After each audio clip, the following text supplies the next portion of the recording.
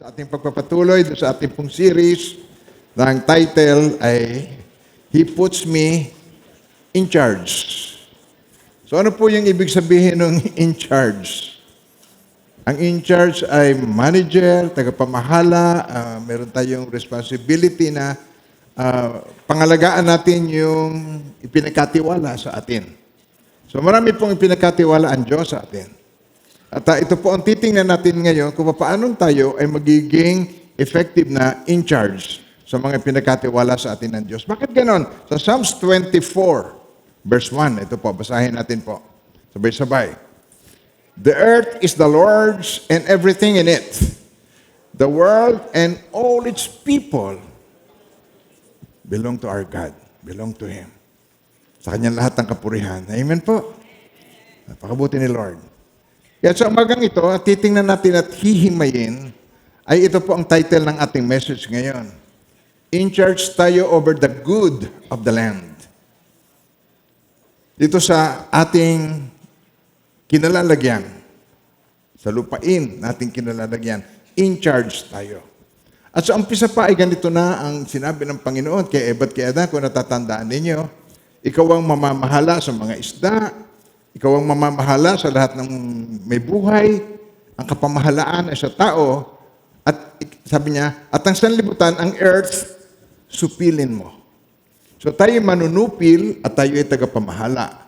At ito po ay titingnan natin dito sa Isaiah chapter 1 verse 18 hanggang 20. Ito po yung ating pagtutuunan ng ating pong mensahe sa umagang ito. Sabi rito ng Panginoon, tingnan niyo po, pumarito kayo ngayon at tayo'y mga tuwiran sa isa't isa. Sabi ng Panginoon, bagaman ang inyong mga kasalanan ay tulad ng matingkad na pula, ang mga ito'y magiging mapuputi na parang niebe o parang snow.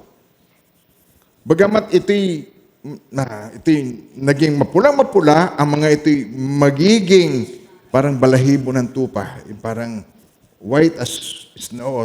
Ito magiging parang balahibo ng tupa sa kaputian. Ito po ang basahin ninyo sabay-sabay. Ready? Okay, read. Kung kayo sasang-ayon at magiging masunurin, kay kakain ng mabubuting bagay sa lupa. As sa English translation, come now and let us reason together, says the Lord. Though our sins are like scarlet, they shall be as white as snow. Though they are red like crimson, they shall be as wool. If you are willing and obedient, you shall eat the good of the land. But if you are refuse and rebel, you shall be devoured by the sword, for the mouth of the Lord has spoken. At pag ang Diyos ang nagsabi, ito'y tiyak na mangyayari. Purihin ang Panginoon sa kanyang banal na salita. So dito pa lamang ang dami na nating napupulot. Dito pa lang nakikita na natin ang kanyang magagandang plano. Come now and let us reason together. Dahil ang tao ay makatwiran. Maraming filosofiya sa buhay. Marami silang mga katwiran sa maraming bagay na pertaining to life. Maraming katwiran. Kaya tumingin sa katabi mo. Ang nagatalo ang tao ay dahil sa kanyang katwiran. At kuminsan ay parehong tama naman ang katwiran. Alam niyo ba, pag tayo ay namuhay sa tama at mali, hindi tayo magkakasundo. Do you believe me? Tama sa akin, mali sa iyo. Tama sa iyo, mali sa akin. Tama sa kanya, mali sa iyo.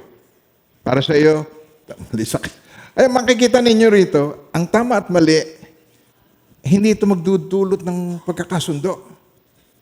Ano magdudulot ng pagkakasundo kung ganon? Truth.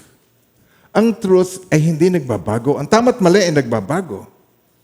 Nung araw, pag hinipong mo kamay ng babae at nahuli ka ni tatay, may hawak na itakto, kailangan pakasan mo ang anak ko. Ibangon mo ang dangal. Ngayon, buntis na, sasabihin ng tatay, hindi kita kailangan, kaya namin buhayin ang aking apo. Ang mali nung araw, tama ngayon. Makikita niyo po na ang tama't mali ay nagbabago. Depende sa lugar, depende sa panahon.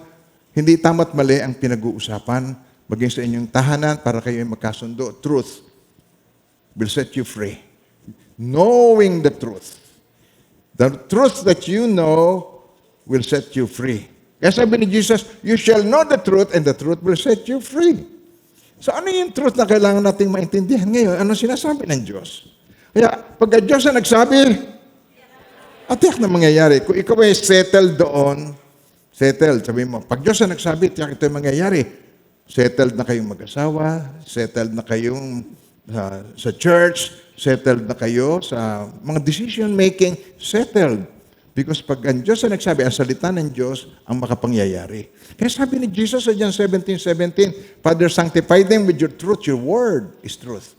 Sanctify them. Italaga mo sila sa pamamagitan ng katotohanan. Ang iyong salita ay katotohanan. Kaya sabi niya, makikilala ninyo ang katotohanan at ang katotohanan ang magpapalaya sa inyo. Sabi niya, ako ang daan, ang katotohanan at ang buhay. Sino ang katotohanan? Si Jesus. Ako ang daan, ang katotohanan at ang buhay. Wala makapupunta sa Ama kundi sa pamamagitan ko. We need to know Jesus. Kaya makilala natin ang kanyang mga principles. Amen po ba tayo, mga minamahal ng Panginoon? Kaya ang sabi niya sa atin, sabi niya, John 10:10, sabi niya, the thief does not come except to steal and to kill and to destroy. But I have come that they may have life and that they may have it more abundantly. Ako inaparito upang ang tupay magkaroon ng buhay sa buhay na ganap at kasiyasiyang buhay. Poverty ay hindi kasiyasiyang buhay. Ang digmaan ay hindi buhay na ganap at kasiyasiyang buhay. Pero meron nasa likod ng lahat ng iyon, ang magnanakaw ay hindi napaparito kundi upang magnakaw, pumatay at magwasak. Ako inaparito upang ang tupay ay magkaroon ng buhay sa buhay na ganap at kasiyasiya. Kaya kung ikaw ay believer ni Jesus Christ at hindi mo naranasan ang buhay na ganap at kasiyasiyang buhay, tingnan mo katabi mo, tanguan mo na lang. Tsaka yung kabila. Hindi mo naranasan ang buhay na ganap at kasiyasiyang buhay? Okay, gets niyo ako? You're missing out dahil meron kang hindi ginagawa. Ginagawa mo, maring ginagawa mo naman ang tamang bagay sa maling paraan. Pwede ba yan mangyari? You're doing the right thing the wrong way. Tamang dinidisiplina mo ang anak mo, right thing, pero doing it the wrong way. Nagigess niyo ako. Kaya maraming bagay na kailangan makita natin dito, yung katotohanan na magpapalaya sa atin. You shall know the truth will set you free. Now, nung sinabi rito ng Panginoon na tayo pong steward, you are the salt of the earth. You are the light of the world. Nilikha tayo ng Diyos, tayo niligtas niya, binago niya ang ating buhay, nakilala natin ang Panginoong Jesucristo, at sa pamamagitan niya, naging anak tayo ng Diyos. Sabi sa John 1:12, lahat ng tumanggap at nanalig sa Kanya ay pinagkalooban niya ng karapatan na maging anak ng Diyos. Sino sa inyo rito ang tumanggap na sa Panginoong Jesucristo bilang Panginoon at tagapagligtas? Ang lahat ng tumanggap at nanalig sa Kanya, pinagkalooban niya ng karapatan na maging anak ng Diyos. At upang ipakilala ang anak, pinagkalooban tayo ng Espiritu ng anak upang makatawag tayo sa Kanya. Ama, Ama ko. Hindi ka na alipin kundi anak, sapagkat anak,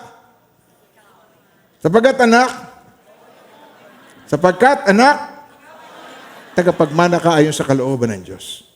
Hindi ka tagapagmana ng kadiabluhan, hindi ka tagapagmana ng kahirapan, hindi ka tagapagmana ng kaguluhan, hindi ka tagapagmana ng poverty. Nagigets niyo ako?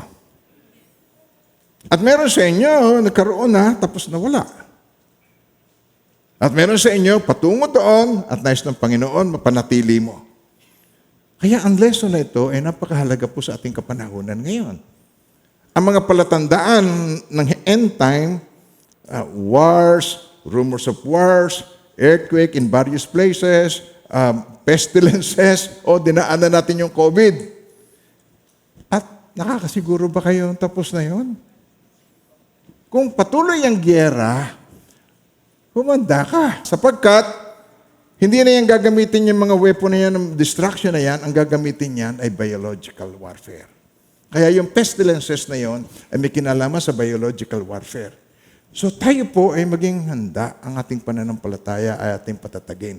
Dito lang ang pag-aaralan natin ngayon ay simple. Ang pag-aaralan natin ngayon, titingnan natin ngayon sa mensahe ngayon ay simple lang. Kung paano tayo ay maging good steward. Ngaw, ito, seryosong tanong. Sino sa inyo makapagsasabi sa kanyang sarili na siya ay good steward? Pakitaas ang kamay. Not even one? Okay. Kung hindi man, huwag kayong malungkot. Ganito po kayo natin pinag-aalalan ng good stewardship. Ayon sa world population ng 2021, itong study. Ito ang population sa tao nung year 2021. 7.888 billion na tao sa buong mundo. Yan ang population. Now, sa mga ito, ayon sa World Bank, ito po sa survey, 682 million is in extreme poverty. Extreme poverty. Sino ngayon yung merong extreme poverty? Yung mga nakapila na may lata. Tapos meron diyang nasa unahan na may sumasandok, isang taka lang bawat isa. Lugaw. Yung mga, ang kanyang tsinelas ay yung mga water bottle. Nakakita niyo ba yung mga water bottle, yung ginawang tsinelas? Yung mga walang maisuot na damit. Kasi bata, hubot-hubad na bata, na baby, na nakita ko ito mismo. Doon sa Mindoro Provincial Hospital, sa Mamburao. Na yung anak ng mangyan, baby, nagtatai siya. Wala siyang lampin, at saka yung kama, plywood. Wala man lang nakita kong kutsyon o kumot. At ang tawag doon sa lugar na yon, minority ward. Sa tingin nyo, sino may-ari ng Mindoro? Mangyan o Tagalog? Oh, sigurado tayo dyan. Mangyan ang may-ari, pero sila minority ward. Pero hindi dahil sa inaapi sila ng gobyerno. Hindi ganon. Kaya po nagkakaganon, that's the way they think. Huwag ka natitingin sa katabi mo, baka sabihin mo, ikaw ay parang mangyan, ano? Pero if we do not know how to handle things in life, we're acting like them. Kung hindi mo na-handle ang what you have, hindi mo na-handle ng maayos, ang kabuhayan mo, well, look at you. Di irresponsible ka at hindi ka good steward ng bagay na meron ka. At pero tayo, mga minamahal ng Panginoon, don't get it wrong. Kung meron kang sinusuot na damit, 5 piraso, pinagpapalit-palit mo, pagkakadating mo sa pangatlo, naglalaba ka na. At di washing machine ka pa. Okay? O pagkatapos, kung meron kang 5 noon, hindi ka kasama dito sa extreme poverty, mayaman ka, you're rich. Kung meron kang bahay, pagka umuulan, hindi ka nababasa. Pag mainit, naka-electric fan. O kaya kung meron na may babayad ng kuryente, naka-aircon. Okay, di ba? O ano ngayon? Hindi ka mahirap. Hindi ka kasama sa extreme poverty. Hindi ka kasama dito sa 682 million. You're rich. Lamang, kailangan natin tayo ay maging effective sa pag-handle natin. At ito ang tinitingnan natin. What is stewardship? Ito po. Ang stewardship is the management of the property of another. So, minamanage mo yun. Sa Tagalog, ano ang ginawa mo sa pag-aari ng iba na pinagkatiwala sa iyo? Yun ang mahalaga makita natin dito sa stewardship. We don't own anything. So, pag tinignan natin dito, sa Genesis chapter 2, verse 15 to 17, ito na agad ang gusto ng Lord na gawin ng tao. Sabi ng Diyos ganito, Then the Lord God took the man and put him in the garden of Eden to tend and keep it. Sabi niyong word na yun, to tend and keep it. Isa pa. Mas malakas po doon. Tend and keep. Sabi dito, alagaan at ingatan to tend and keep the garden. Hindi siya nilagay doon ng Diyos para sila ay parang tatandaan niyo yung story ni Juan Tamad. Nasa ilalim ng, sino nakakatanda noon? Sino po? Ay, magkakabataan din. Hindi na uso ngayon yung picture ni Juan Tamad eh. Nasa ilalim yan ng puno ng bayabas, yung may hinog na bayabas. Pagkatapos siya, naka-D4 doon, hinihintay na yung bayabas pumatak sa kanya. Hindi pa man din magawang pumitas ni Juan Tamad. Tamad nga eh. Kaya itong si Juan Tamad, Hindi natin yan idol. Yan ang gusto natin na maintindihan at makuha natin na we need to do what is necessary. Kailangan gawin natin ang nararapat na pinagagawa ng Diyos. So, sa garden, to tend and keep the garden. Dito sa ating kinalalagyan ng mundo, we have to tend and keep the earth, yung mga binigay ng Diyos sa ating harapan. We have to tend and keep what we have. Amen po. Nag-guess niyo ako. Pagpatuloy natin, tinan niyo. And the Lord God commanded the man, saying, of every tree of the garden you may freely eat. Lahat ng bungang kahoy dito sa garden, free. Kainin mo yan. You're free to eat. Kainin mo lahat ng masasarap dyan. But of the tree of the knowledge of good and evil you shall not eat, for in the day that you eat of it, you shall surely die. Okay? Lord, bakit pa ba naman? Naandun na kami. Bakit binigyan mo pa kami ng provision na yung isang bagay na huwag namin kainin? Alam niyo kung bakit? Kasasabi lang, kababasa lang natin kanina, ang Lord ang may-ari ng lahat. So you cannot eat this because I say so, because I own it. Ako may-ari. Ito lamang ang magpapatotoong ako ang may-ari. Do not eat it because I am the owner. Nakukuha niyo yun? Now, mga minamahal ng Panginoon, aalagaan daw natin at ingatan. Yun ang iniutos na Yahweh. But of the tree of the knowledge of good and evil, sabi niya, you shall not eat. For in the day that you eat of it, you shall surely die. Nagbigay siya ng warning at nagbigay siya ng magiging resulta ng kanyang warning. Ayun po. Kaya, kung natatandaan ninyo yung ipinreach ni Pastor Ricky nung last Sunday, ito yon. So, umpisa pa lang, ipinrovide ng Diyos ang lahat ng kailangan, inalaw ng Diyos na enjoyin natin itong lahat ng ito. Di ba sinabi ng ating Pastor Ricky yan? Sino pa nakakatanda doon? Pakitaas ang kamay. Pakitaas ang kamay. Sino po yung hindi na nakakatanda? Pakitaas din ang kamay. Nahihiya. Okay, sige. Pero, dito sa 1 Timothy 6:7, sabi rito, for we brought nothing into this world, and it is certain we can carry nothing out. Hubad tayo ng isipin ng anak. Hubad. Alis kang walang dala sa iyong paglisan. Wala. Wala kang bit-bit. Bakit kaya walang dadala sa iyong paglisan? Dahil hindi mo pag-aari, ang lupa ay titinirhan lang natin. Steward lang tayo. Teka muna. Kaibig kakampi ko. Nag-agree ba kayo?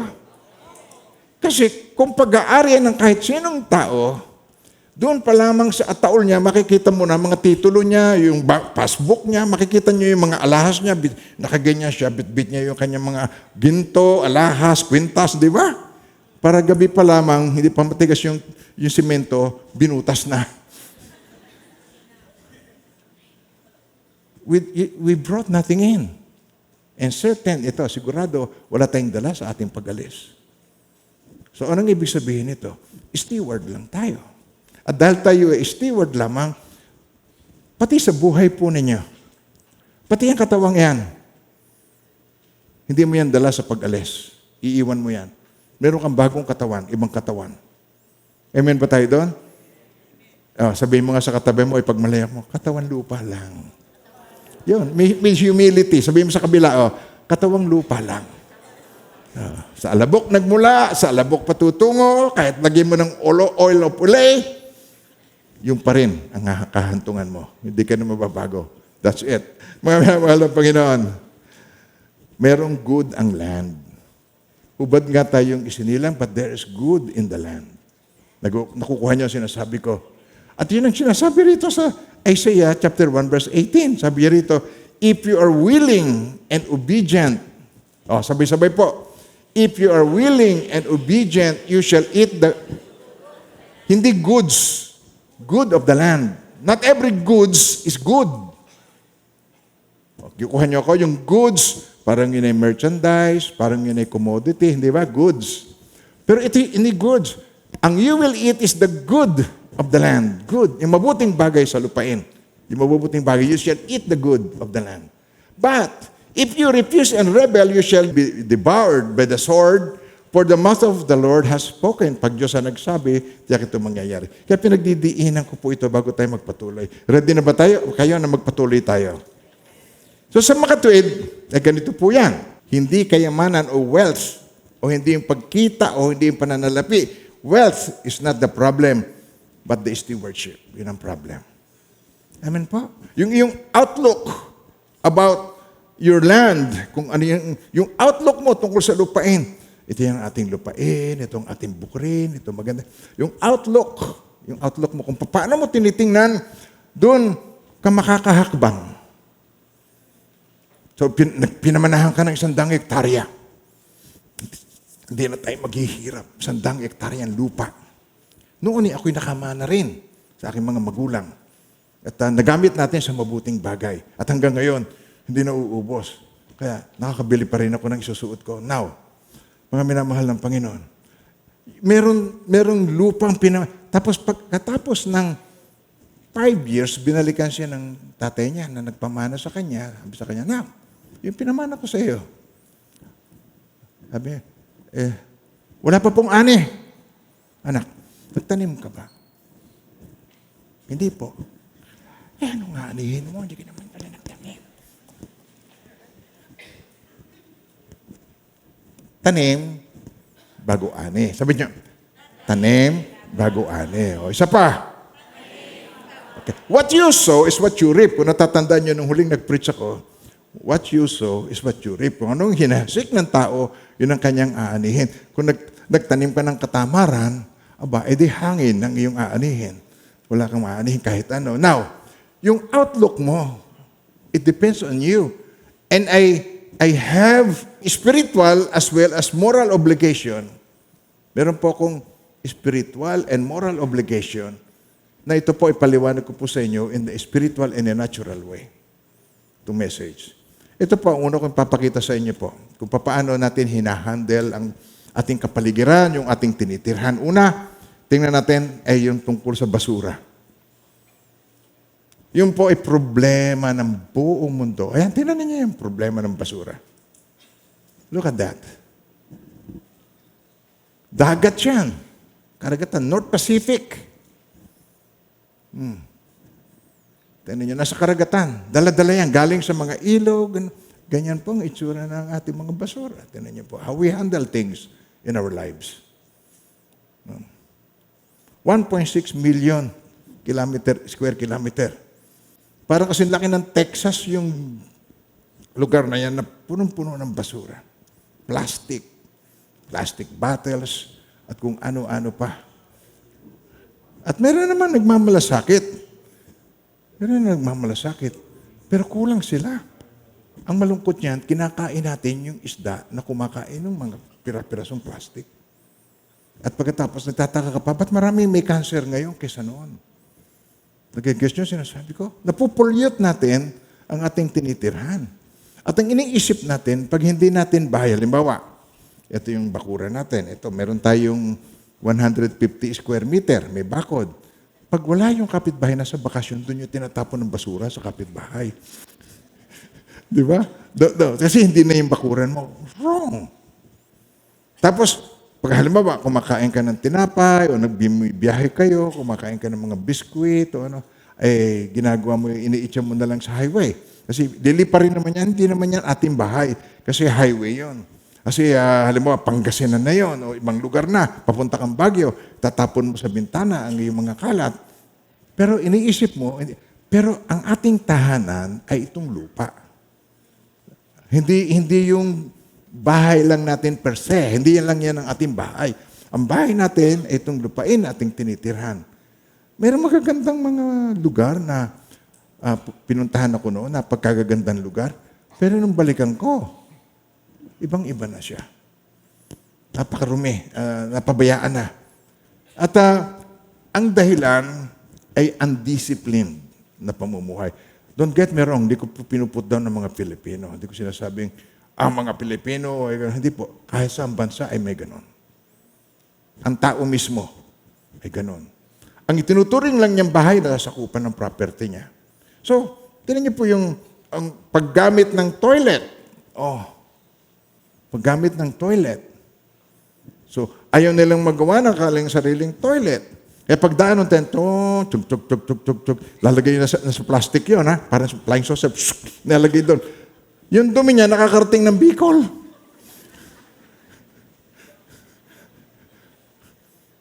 Totoo yun. Only in the Philippines.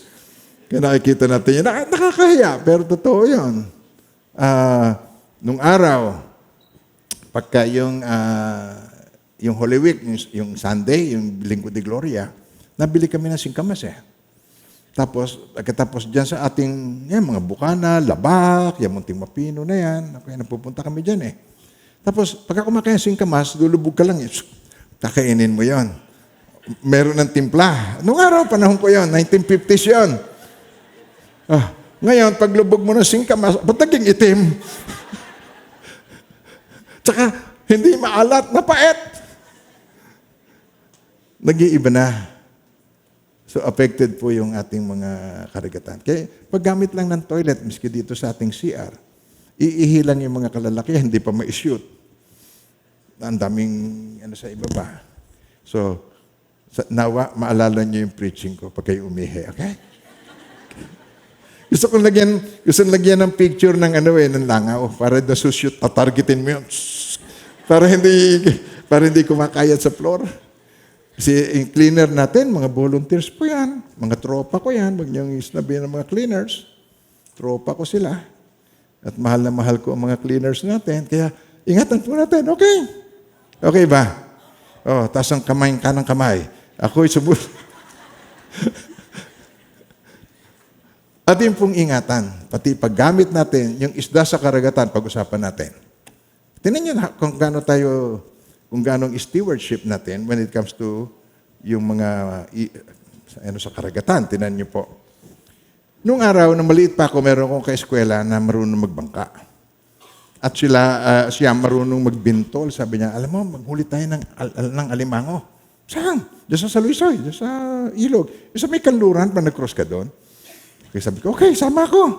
Marunong naman akong lumangoy eh. Yung langoy na hindi ganon.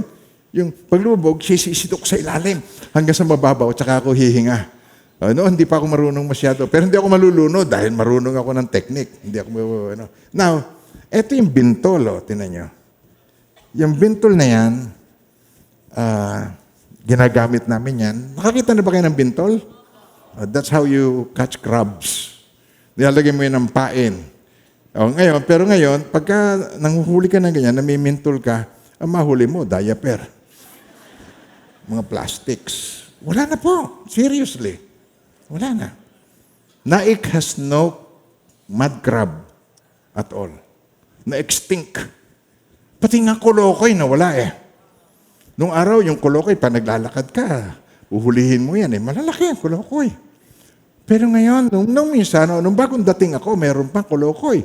Pero pag ganyan, nakatingin sa iyo. Pero yung hawak niya, tae. Parang, huwag mo itong aagawin sa akin. May hawak-hawak na tibe. Pero ngayon, maglakad ka, wala nang kolokoy. Wala na.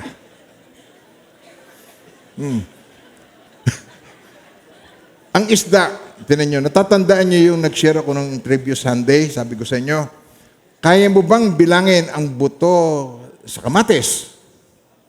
Yes or no?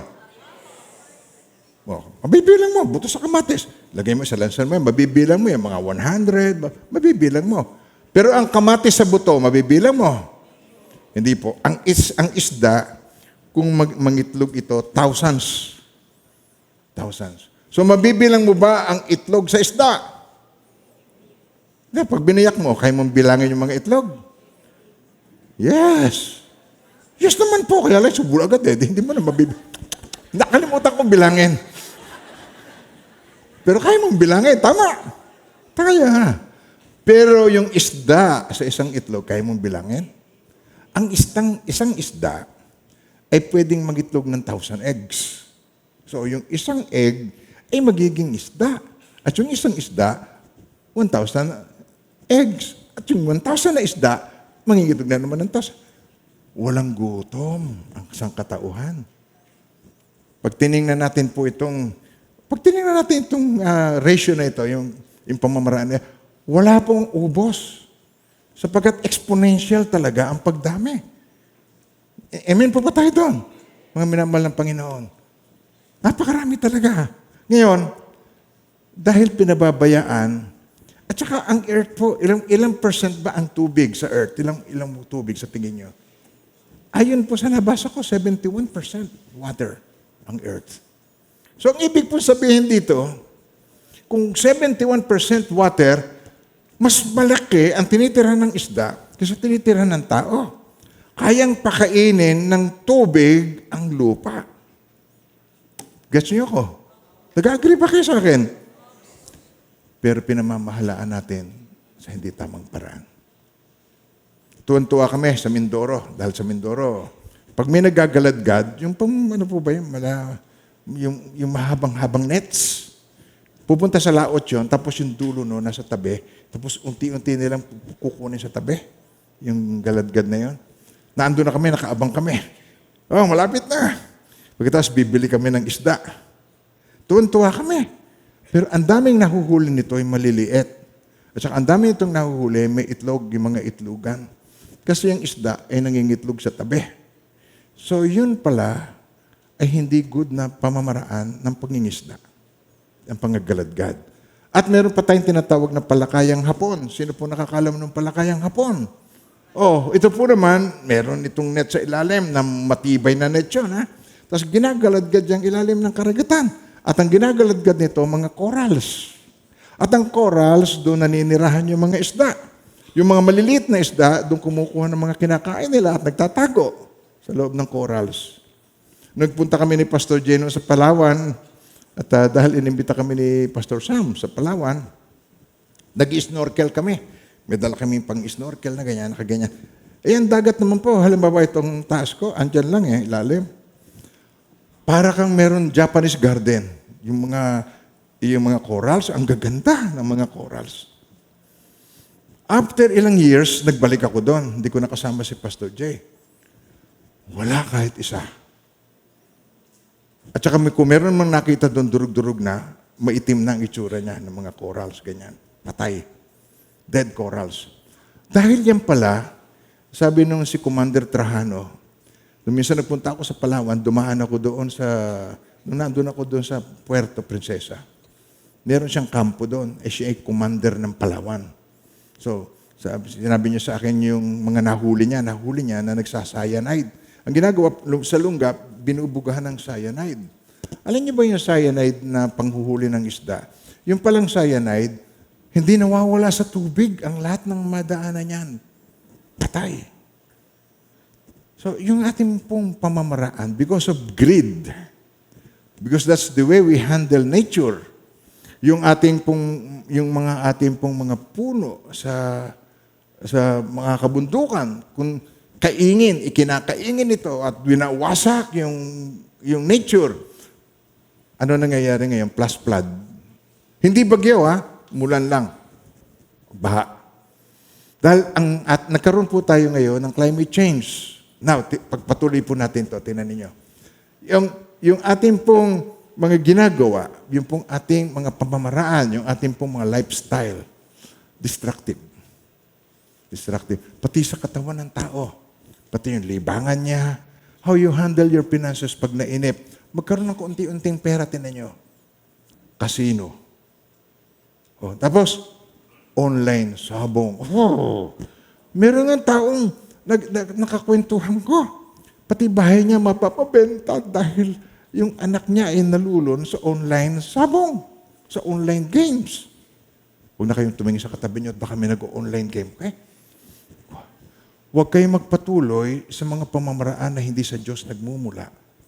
Dahil, tinan niyo, sino naniniwala sa Diyos? Pakitaas ang kamay. Yung totoo, naniniwala sa Diyos. Kaya nga kayo nandito Sa 1 John 5:19, ganito po yun. Tayo sa Diyos, tayo naniniwala sa Diyos. Tinan niyo, 1 John chapter 5, verse 19. Ready? Okay, read it, please. Alam nating tayo anak ng Diyos at ang buong sanlibutan ay nasa ilalim ng kapangyarihan ng Diablo. Sa English po yan, we know that we are of God and the whole world is under the sway of the wicked one, under the influence of the wicked one. So pag nainip, sabong, shabu, alak, sugal. Nakukuha niyo, sinasabi ko po, mga minamahal ng Panginoon, hindi ko po kayo hinihiya kung kayo man ay nagmagawa ng ganito. Ang mensahe ay para po tayo ay mapanuto, para tayo ay mabuksan ang ating isipan kung ano nararapat nating gawin po. Paano tayo ay maging good steward po. Amen po. Hindi sa dami ng kinikita, kundi sa paraan ng paggasta. Stewardship. Hindi sa laki ng kinikita. Kahit gaano kalaking kinikita mo, if you don't spend it wisely, mauubos din ito, mauwi sa wala. Amen po. Kung gagamitin mo, tapos mahuhok, tapos magiging addict ka sa online game. Alam ko yun. Kasi merong malakas ang kita, pero pag susweldo niya, nasa casino siya kasi siya lonely. So, naubos ang pera niya doon. Pero ngayon na hindi na, bumait na. Huwag na kayong tumingin sa inyong katabi. Kailangan makita natin yung truth. The truth, you shall know. You shall know. Makikilala ninyo ang katotohanan. At ang katotohanan na magpapalaya sa inyo. At ang katotohanan ay si Jesus. Ako ang daan, ang katotohanan. At ang buhay, walang makapupunta sa Ama kundi sa pamamagitan ko. May enjoy natin ang buhay. Pag tayo po ay na kay Jesus. Why? Sabi ni Jesus, I am the light of the world. Ako ang ilaw ng sanlibutan. Ang sumusunod sa akin ay magkakaroon ng ilaw na nagbibigay buhay, hindi na muling lalakad sa kadiliman. Amen po. Now, ito po ang ating problem. Hindi sa dami ng kita, kundi sa paraan ng paggasta, paano natin hinahandle. Now, let's take a look at these two things. Titingnan natin itong wrong use, ito o misuse of wealth, at titingnan natin ngayon dito yung tamang paraan, the right use of wealth. Kung ano yung tamang paraan. Gusto niyo bang matuto po? Kailangan natin to. Umpisahan natin, tingnan niyo po. Ang number one na problema natin sa misuse of wealth, hoarding. What is hoarding? Ang hoarding is a mental health condition. It is a disorder in which you have a strong need to save a large number of items. Ito ang problema. And experience, ano yan? Experience distress. Sabi niyo yung word na yan. Experience distress. Saan mo nalagay yung mga bote ko? Saan mo nalagay yung bote ng pabango? Saan mo nalagay yung bote ng water bottle? Saan mo nalagay yung mga galon? Saan mo tinapon na? Ha?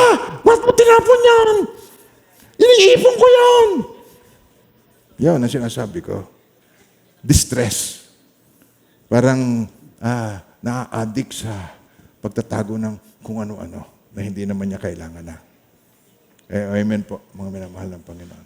So, iyon ang hoarding disorder. Yun ang hoarding. Kaya ayaw ng Panginoon na tayo nag-hoard ng mga bagay. Amen po. Ayaw ipamigay. Ayaw. Kasi nag-accumulate na nag-accumulate. Tulad halimbawa ng pagkain nasa ref. Ayaw ipamigay sa kapitbahay. Ayaw ipamigay sa nagugutom. Ayaw ibigay sa nangangailangan. Hanggang sa napanes, kakain ba kayo ng panes? Anong gagawin mo sa panes? Itatapon mo rin. Pero kung dinesisyonan mo yon bago na panes, pinakinabangan na kain ito ng tao. Amen po. Pero, ino-hoard mo. You keep on hoarding things. At meron akong picture sa inyo nito ng mga nagko-collect ng mga kung ano-ano. Kung ano-ano yung hino-hoard niya, stockpile ng pagkain, collect ng mga kung ano. Tinan niyo, pagkain, tinan niyo. Nakita niyo sa inyo, kinakalawang? Gagamitin daw sa Pasko. Nakita niyo, tinan niyo. Tinan niyo yung mga ano yan. Meron akong pinupuntahan church sa US. Kaibigan kong church yan. Tapos sila ay merong drive ng tungkol sa pagkain. Yung namimigay sila sa mga homeless ng pagkain. So sabi niya, Pastor Jesse, pwede ka mag-uwi niya sa Philippines at uwian mo yung mga kapatiran na nangangailangan.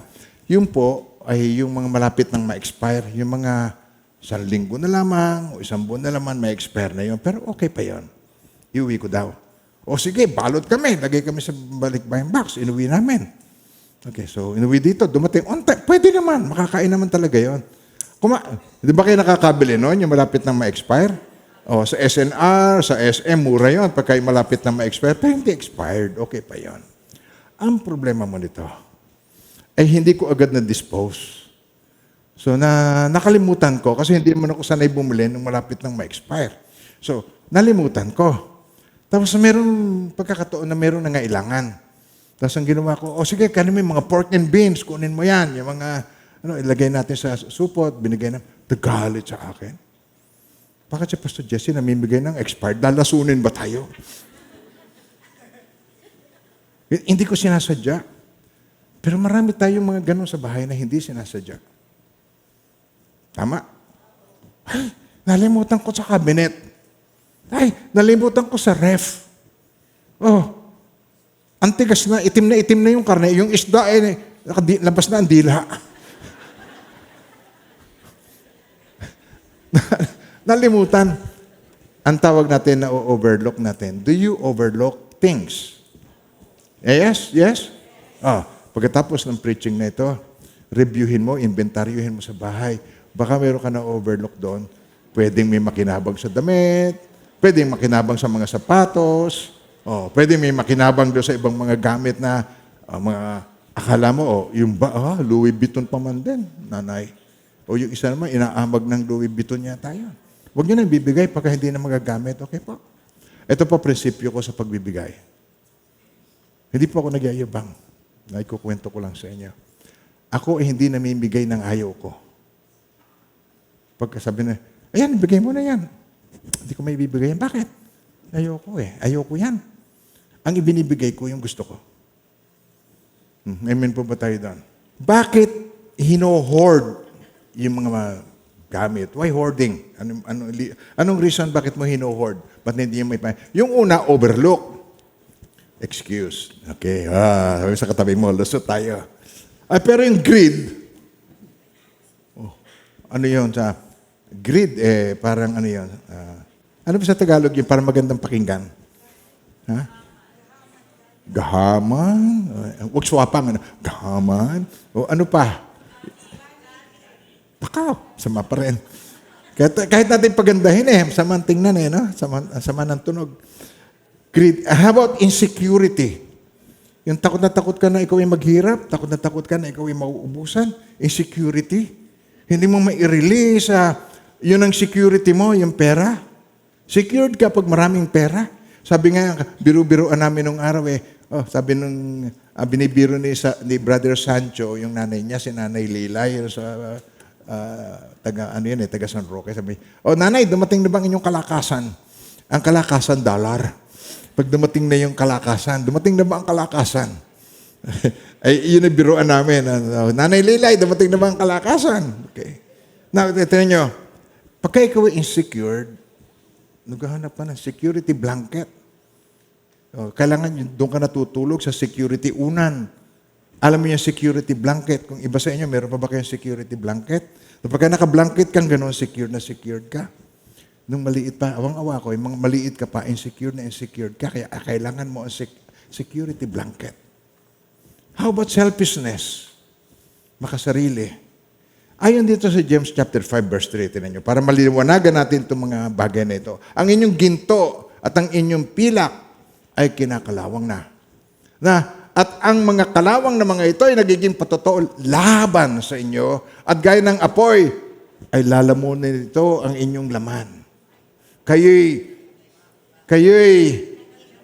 nag-iimbak ng mga kayamanan para sa mga huling araw. Iba ang nag-iipon, iba ang nag-iimbak. Amen ba tayo doon? Nag-iimbak. Accumulate ng accumulate. Yung nag-iipon, meron siyang purpose. Parang pag-education ng anak, hindi po yun. Maganda yun, di ba? That's good. Kayo ba ay nag-iipon? Wala nung iipunin, pastor. Mamaya, pakikita ko sa inyo, mayroong paraan sa pag-iipon. Pastor, wala naman pang iipunin. Okay, mamaya, kukwento ko sa inyo. Amen ba tayo doon? Kaya ang nais ng Panginoon, ang tinuturo niya sa atin, tayo, yung kung anong meron tayo, nagsisirculate. Pag sobra na sa atin, nagsisirculate. Na-imagine nyo ba? Isang tao merong $100 billion. Na-imagine niyo ba yun? Isang tao merong $100 billion. Yung interest lamang nun, may papagawa na natin ng phase 2 tsaka phase 3. Merong mga tao na gusto niyang marami siyang pera. Gusto niyang nasa ranggo siya ng mga nasa top 10 sa Fortune 500, nakaranggo siya doon. At pag namatay, wala din naman siyang dala. Nag-guess niya sinasabi ko, po, merong purpose ang Diyos sa lahat ng bagay na kanyang ginagawa. Bakit niya ako bine-bless? Meron siyang purpose doon. Ba't ikaw bine-bless? Meron siyang purpose doon. Yan ang usapan ng aming anak. Sabi ni Pastor Jay, hindi po ako nagkakamal ng pera for nothing. Hindi ako nagkakaganito ng mga CEO ng hospital, tumatawag sa kanya, may kontrata siya. Habang pinapasyal niya mga kapatid ko sa San Antonio, may pinirmahan siyang kontrata na naman na bago. $3 million contract na naman ang pinirmahan niya. Patuloy. Habang pinapasyal niya, habang siya ay sumusuport sa atin, hindi tumitigil ang blessing sa batang iyon. Ngayon, don't get me wrong, hindi ako nagpapasikat sa inyo ng tungkol doon. Ang pinagpapasikat ko, pinagmamalaki ko, ay ang kabutihan ng Diyos. Ang katapatan ng Diyos. Yan ang pinagmamalaki ko. Dahil kami naman, nung araw, ang mga susihan ng mga damit ni Pastor J, ang mga laruan niya, yung mga pinagsawaan ng kanyang mga pinsan, na ngayon ay mga doktor na, ganun lang naman ang buhay namin nung araw. Pastor, ikaw ay anak mayaman, doktor ang tatay mo eh. Doktor na nagtatrabaho sa military. O, magkano lang ang sweldo ng military doctor?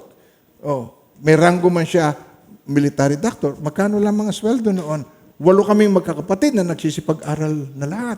Namatay siya nung ako ay 16 years old, noong 1966, nung ang father ko ay 53 years old. So, ano naging buhay namin noon? So, nagtyaga ako. Nag-messenger ako, nagtrabaho ako. Pinag-aral ko ang sarili ko. Kaya mga minamahal ng Panginoon, alam ko po sinasabi ko. Hindi sinasabi, ay si Pastor, ganun yan eh, bilas ko yan eh. Oo, hindi po. Ako ay nagsimula sa humble beginning at gusto ng Lord yung ikaw nagsisimula sa humble beginning para alam mo kung paano mo marating ang nais niyang marating mo. Ready na ba kayong marating ang gusto ng Diyos na marating mo? Naging faithful tayo sa Kanya. Pakinggan natin ang itinuturo niya sa atin. Amen po. Sabi sa Psalms 24 verse 1 at saka sa 1 Timothy 6:7, tinan niyo po yan, dalawang yan. The earth, sabay-sabay po, basahin natin. The earth is the Lord's and everything in it.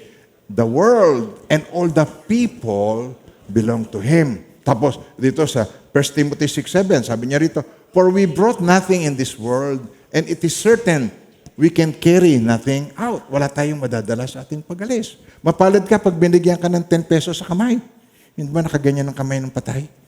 20, para pag sa purgatorio, may pambili ka man lang ng parents' price. So, di ba? Kaya merong 20 pesos doon, magkabilang kamay. Pero hindi ka ba susuotan ng alahas, ng diamond? Hindi ka susuotan ng sing-sing mo, Hindi. Hindi bibigay sa iyo yung mga titulo mo ng lupa. Paghahatian namin yun. Hindi pwede. Mabubulok. Hindi. No way. Kumari lang kunin ng gintong ngipin, ay kukunin eh. Wala kang dala sa pag-alis, wala ka rin dala sa iyong paglisan. Amen po. Now, tingnan niyo po ang nangyayari. Ito ang totoo. Whatever I accumulate will deteriorate. What you accumulate will deteriorate. Sabay-sabay. Whatever I accumulate will deteriorate. Ano man itong aking meron, maluluma at mabubulok din ito. Gets niyo ako? Wala tayong sariling pag-aari. Given. Wala akong pag-aari. Kaya kung kayo'y mahirap o kayo man ay mayaman, lahat tayo pantay-pantay sa tingin ng Diyos. Amen po. Wala. Tayong lahat, kumain lang tayo ng 3 beses maghapon, masaya tayo. Nakakaraos tayo. At hindi lang yan. Naparito ang Panginoong Jesucristo, sabi niya, ako'y naparito upang ang tupay magkaroon ng buhay, isang buhay na ganap at kasiyasiyang buhay. Just be ready for it. Maging handa po kayo. Dahil gusto ng Lord na i-bless tayo. Kayo ulo, hindi buntot. Salita niya yan. Hindi kayo mangungutang, kayo magpapautang. Salita niya yan. Ang nagtitiwala sa Kanya, hindi niya binibigo. Salita niya yan. Pag ang Diyos ang nagsabi, tiyak ito ay mangyayari. Ito ang tagubili ng Panginoong Jesucristo tungkol dito. Sa Luke 12, verse 16 to 21. Tinan niyo po. Ating babasahin ito. At pagkatapos sinaysay ni Jesus ang talinghaga na ito. Ang bukirin ng isang mayaman o yung lupa ng mayaman ay umani ng sagana. Yung lupa ang nagpatubo. Amen po. Yung ground ang nagpatubo. Now, tinan nyo. Kaya't nasabi sa sarili nung gagawin ko. Wala na akong paglagyan ng aking ani. Puno ng lahat ang kanyang kamalig. Gigibain ko itong aking maliit na kamalig. Magtatayo ako ng isang lalong mas malaki. At doon ilalagay ko ang aking ani at ari-arian at sasabihin ko sa sarili, ayan, marami na akong ari-arian, hindi na ako kukulangin habang buhay. Yay! Kaya't mamamangin na lang ako, kakain, iinom, magsasaya. Eto, ngunit nung gabing iyon, sinabi ng Diyos sa kanya, sabi niya, ano sinabi? Hangal. Sa gabing ito'y babawian ka ng buhay. Isa pa. Laksan po ninyo. Bakit babawiin? Hindi kanyang buhay eh. Sabihin mo sa katabi mo, ang buhay ko ay hindi tungkol sa akin. Ang buhay ko ay tungkol sa Kanya na lumikha sa akin. At pwede niya itong bawiin. Hangal. Sa gabing ito'y babawian ka ng buhay. Kanino mapupunta ang mga bagay na inihanda mo o iniimbak mo? Kanino mapupunta? Sabi niya rito, fool. Then yung word na ginamit yung hangal sa English na ninyo. This night your soul will be required of you. Then, whose will those things be which you have provided? Kanino mapupunta ngayon yan? Hindi po ba ang sakla? Pastor, ayoko pag mamatay. Ini-enjoy ko pa ang aking Ferrari. Ini-enjoy ko pa ang aking sports car. Ini-enjoy ko pa mga kirida ko. Hindi ko naman masasabing hangal. Pero ang Diyos ang nagsasabi, hangal. Tayo ba ay nakagawa na ng kahangalan sa ating buhay? Dalawang kamay. I was a fool. Kaya ang gusto ng Panginoon, ito hindi maging isang pangkaraniwang Sunday sa iyo. Gusto ng Panginoon, hindi ito isang nagsimba ka, tapos pag uwi mo, baliwala. Ang ganda ng sermon. Ganda. Ako maganda.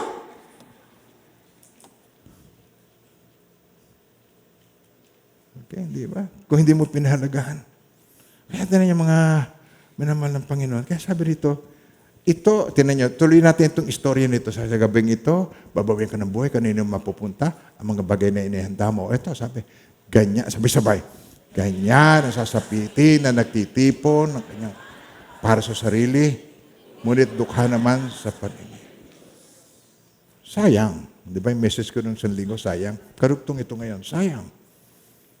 Sayang. Ang opportunity mo to help, ang opportunity mo maging channel of blessings ng God, ang opportunity mo na maging bahagi ng kanyang mga plano, sayang.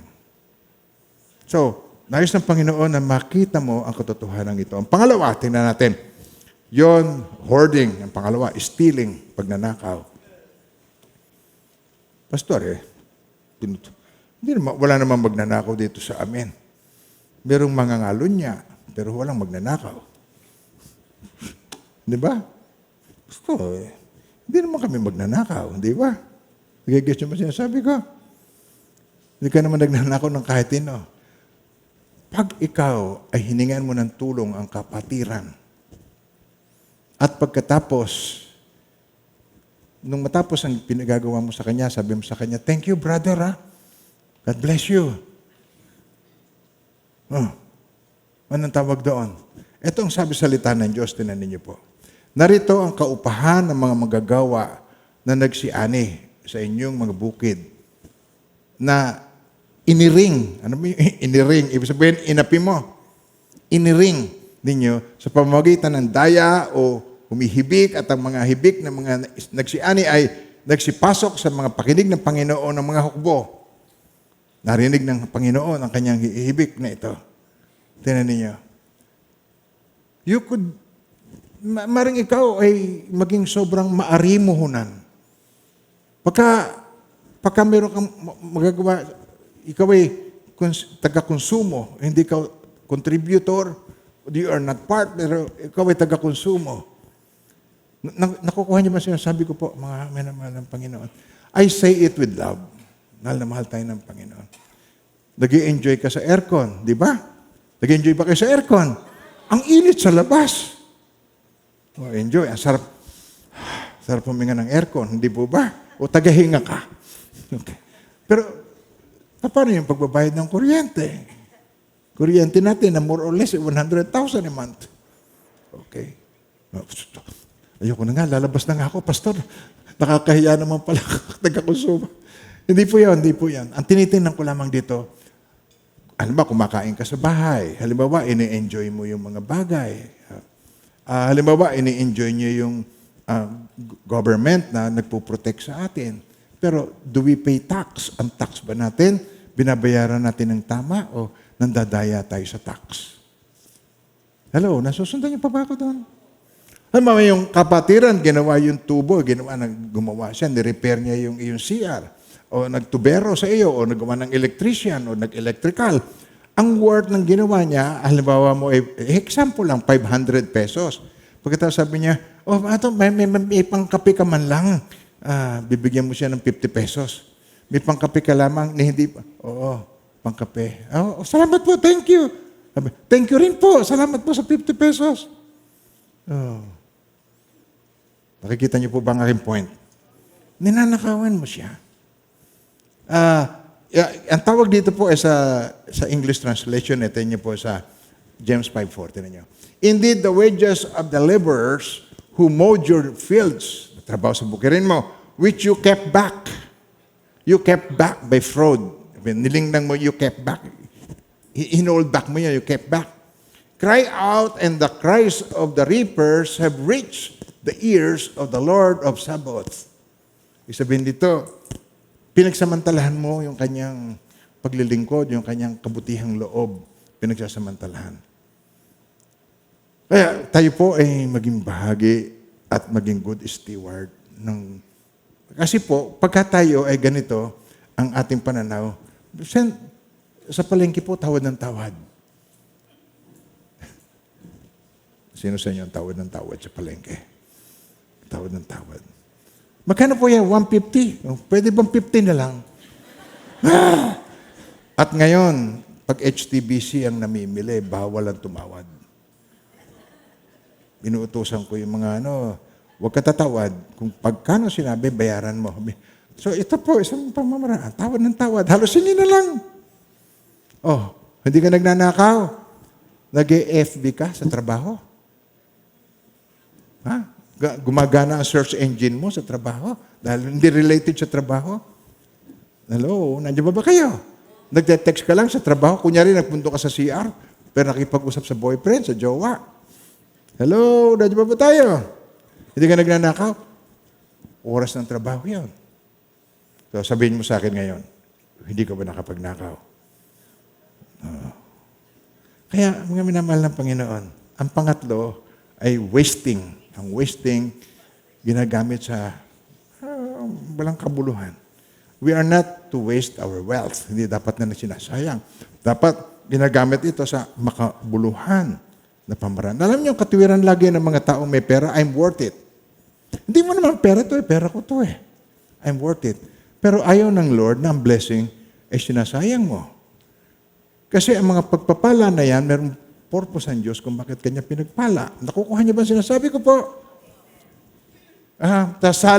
Sasali ito doon sa mga fashion show. Sasali ito sa mga beauty pageant or Ang gagastusin sa gown ay pwede nang pambayad ng utang ng Pilipinas. Sa mahal. Kaya mga minamahal ng Panginoon, tinan nyo, pag sa church, tinitipid. Pag sa pasikat, todo hirit. Narinig nyo na ba yan? Ngayon, narinig nyo na. Pag sa church, ubod tipid. Pag sa pasikat, todo hirit. Kaya mga minamahal ng Panginoon, ang 500 pesos, ikaw ba'y nakapagbigay sa church? Ang laki nga, 500 eh. Bakit? Saan ka galing? SM. Marami ka bang nabili? Paano kung makakabili? Pa 500 ang pera ko. Pag sa SM, pa 500. Pag sa church, ang laki. Di ba, mga minamahal ng Panginoon? Amen ba tayo doon? Bakit ko sinasabi yun sa inyo? Para malaman po ninyo na hindi ko sinasabi ito sa inyo para sa kapakinabangan ko, kundi sa kapakinabangan ninyo. This is the way of the Lord. Itong paraan ng Lord para ma-bless po kayo. Amen po. Itong warning ni Lord, tinan nyo, warning ni Lord, sa Luke 16:25. Tinan nyo. Sabi niya rito, ganito, merong isang mamang mayaman. Ubod siya ng yaman at pagkatapos, ito'y naririnig niyo sa funeral service. Nakasuot ng magara, kumakain ng masarap araw-araw. Samantalang si Lazaro, nandun sa may gate niya, naghihintay na may mahulog na mumo, tapos yung mahulog na mumo, yun ang kakainin niya. Nag-get niyo ako. Tapos, iyon ang extreme na pinakita ng Panginoong Jesucristo. Sa ubod ng yaman, sa ubod ng hirap, na sa kahirapan, pati yung sugat niya, dinidilaan na lang ng aso sa kahirapan. Ngayon, dumating ang araw, namatay yung mayaman at inilibing. At pagkatapos, namatay din si Lazaro. Pero hindi inilibing. Siguro initya. Wala. Sino titingin doon? Homeless yon. Kung ba ang tingin natin, taong grasa. Namatay to. Kumakang talian mo ang paat kamay. Itcha mo doon sa common grave.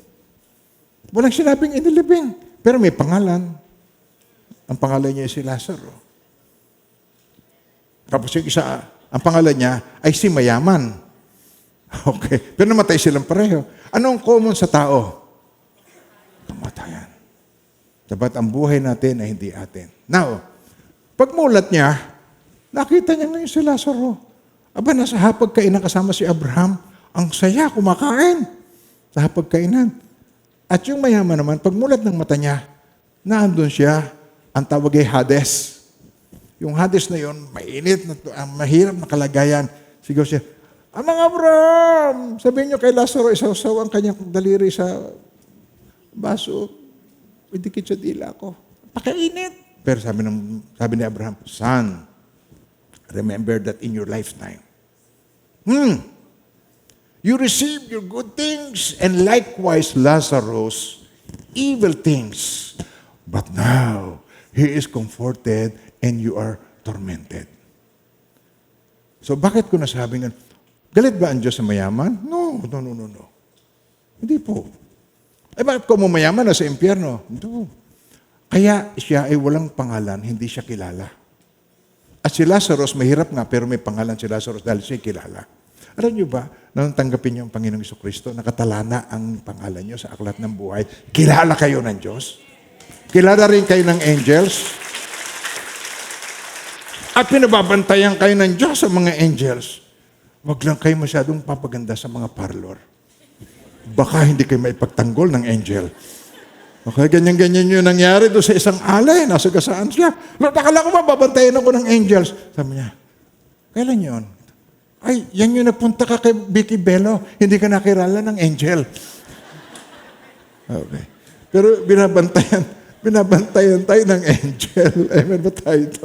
Now, ito yung warning ni Lord. Sabi niya, anak, son, remember, anak, alalahanin mo na sa iyong buhay ay tinanggap mo ang iyong mabubuting bagay at si Lazaro naman ay ang masasamang bagay. Subalit ngayon, inaliw siya rito at ikaw ay nagdurusa.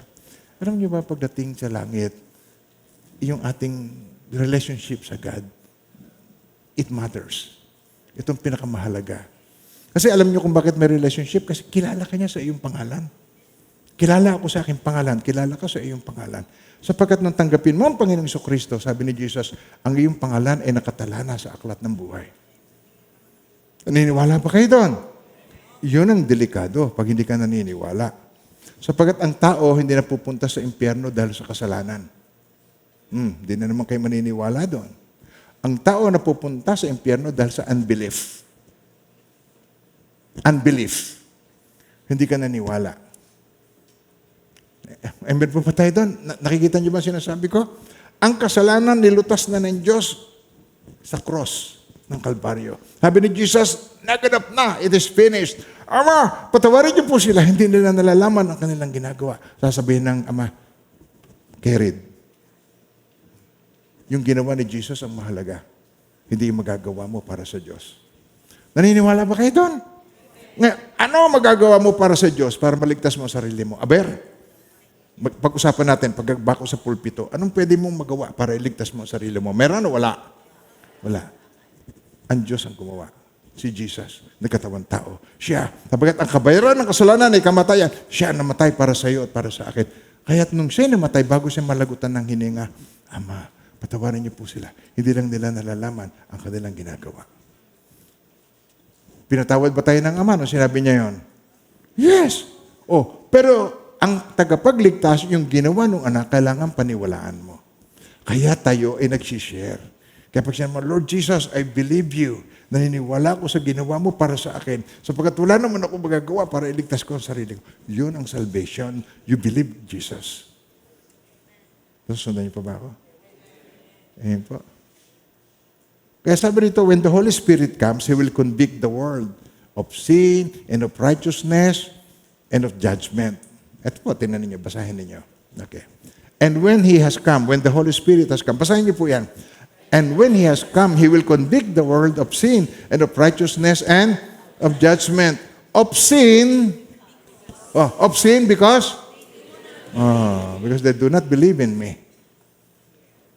The word dyan, when He has come, ulitin natin yun, when He has come, when the Holy Spirit has come, He will convict the world of sin and of righteousness and of judgment. Of sin, because they did not believe in me. They do not believe in me. Importante yan ang huwag niyong iwawala kahit ano ang mangyari. Si Jesus ang Savior, hindi ikaw. Hindi mo masasave ang sarili mo. Hindi ako ang Savior. Hindi ang church na ito ang Savior. Si Jesus Christ ang Savior po. Teka, nalilinawan niyo ba sinasabi ko? Nakakaintindihan ba tayo? Ang Savior, ang dapat meron ka. Hindi yung opinion mo. Hindi yung kung ano yung palagay mo. Sapagkat maraming tao ang mayroong maling palagay. Sabi niya, huwag niyong dayain ang inyong sarili. Ang Diyos ay hindi malilinlang ni inuman.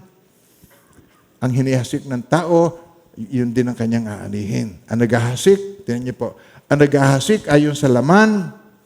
O yun, ano yung alaman? Yung opinion mo. Yung opinionated ay napakadelikado. Ang naghahasik ayon sa laman, ang nagsisikap ayon sa laman, aanin ng kamatayan. Ang nagsisikap ukol sa Espiritu, aanin ng buhay na walang hanggan. Purihin ang Panginoon sa kanyang banal na salita. Now, ito na tayo ngayon sa right use. Right use of wealth. Number 1, sharing. This is something that we hate. We don't like sharing. We think sharing is losing.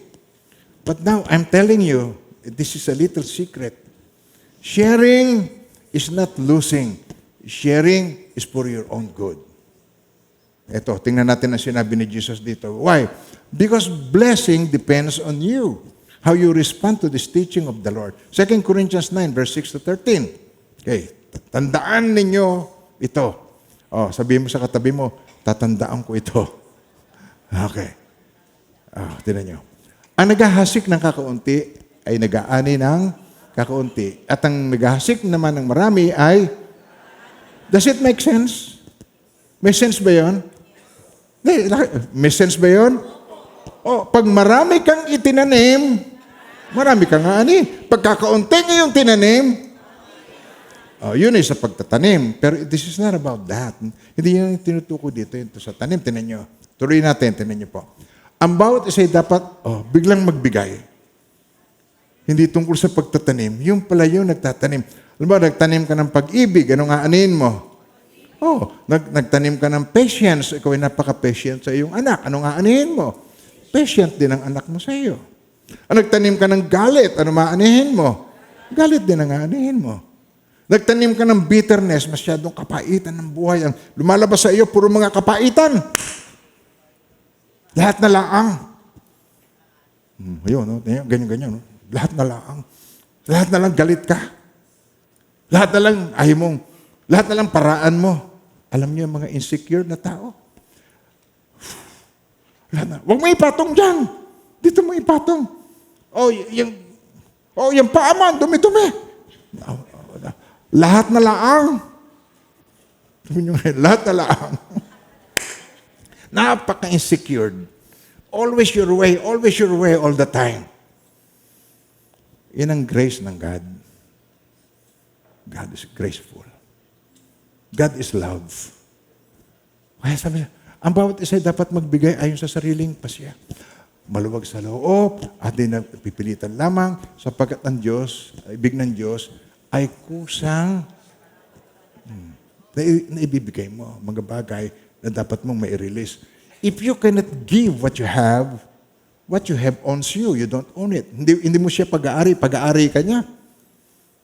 Nakukuha siya sa, sayang. Tikuman ka mo. Huwag na nga ako, siya na nga. Ayan.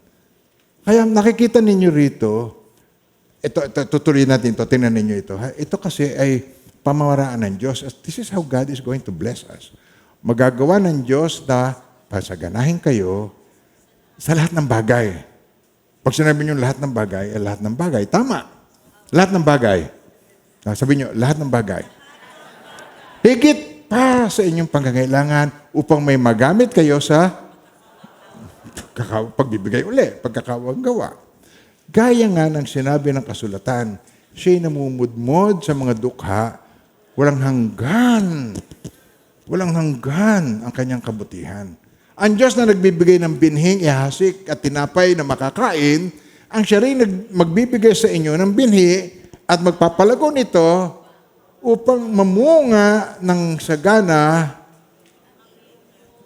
ang inyong kabutihang loob. Pasasaganahin niya kayo sa lahat ng bagay para kayo makatulong sa marami at sa gayo'y dadami ang magpapasalamat sa Diyos dahil sa inyong tulong na dadaling ko sa kanila. Basahin natin ang sabay-sabay.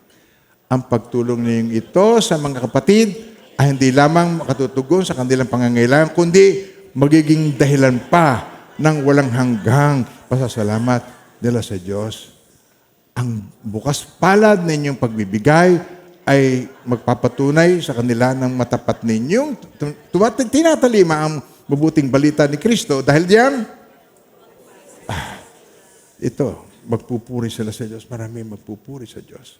Kulang pa itong space natin. We need hanggang sa phase 3. At meron pong, nagtitiwala po ako sa Panginoon, hindi na magtatagal. Maring itong year nito, early part next year, maumpisahan na natin yon. Ating phase 3. Amen po. I declare it, it will come to pass in Jesus' name. Sabi sa Proverbs 11:24 and 25, ang taong mapagbigay ay lalong yumayaman, ngunit naghihirap ang tikom ng mga kamay. Ang taong matulungin ay luluwag ang pamumuhay at ang marunong tumulong ay tiyak na tutulungan. Nangyari ito sa akin, nangyari ito sa mga pastor natin, nangyari ito kay Pastor J. Hindi na siya nag-aalok ngayon, siya na ang tinatawagan. Nangyari ito sa kanya. At hindi ko kinukwento sa inyo to tell you na kami po ay may kakayahan na ngayon sa biyaya ng Lord. Hindi ko kinukwento sa inyo to para ako po'y magpasikat. Ikinukwento ko to sa inyo para ang aral ng Panginoon, ang principle, kayo man ma-adapt ninyo sa inyong sarili. Amen po, mga minamahal ng Panginoon. Ito, titingnan natin ngayon, saving. Okay, tingnan niyo po. Sharing, ngayon, saving. Pastor, kulang pa nga ho eh. Ano ba isa-save namin? Nakita niyo ba yung mga katwiran na yun? Sino sa inyo nag-iisip ng gano'n? Ano bang isa-save ko? Kulang pa nga, nangungutang pa nga eh. Huwag na kayo magtaas ng kamay. Nung ako nagmi-mission noon sa Kalinga, mga Kalinga, alam niyo naman yung Kalinga Apayaw, di ba yung mga Kalinga? Yung pong pinuntahan ko yung Botbot tribe. Yung Botbot tribe, yun yung mabangis, yun yung namumugot ng ulo ng unang panahon. Yung Botbot tribe.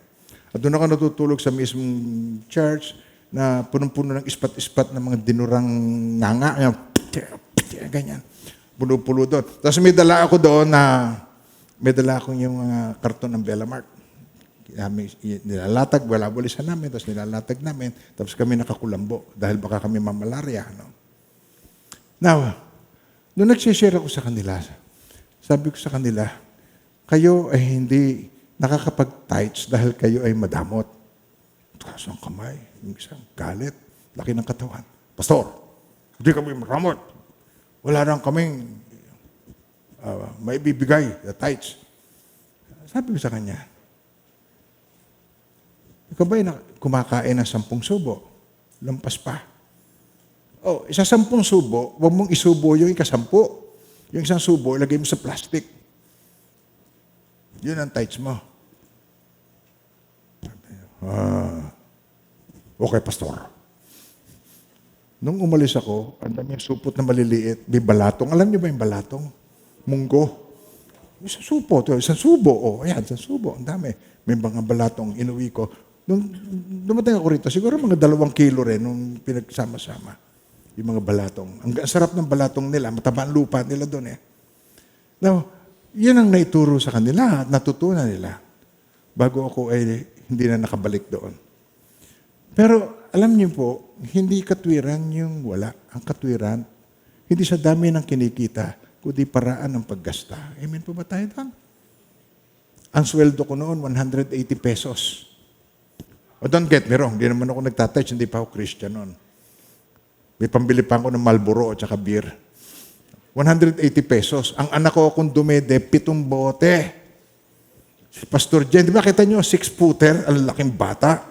Kung lumaklak yung, tapos na. 7 bote sa isang inuman. Ang sweldo ko, 180 pesos a month dahil messenger, di-deliver ng telegram. Nag-aaral ako sa gabi. Natrabaho ko sa araw, nag-aaral ako. Yung trabaho ko, 7 to 3, at ang aking pong pag-aaral, 5:30 to 9:30, panggabi.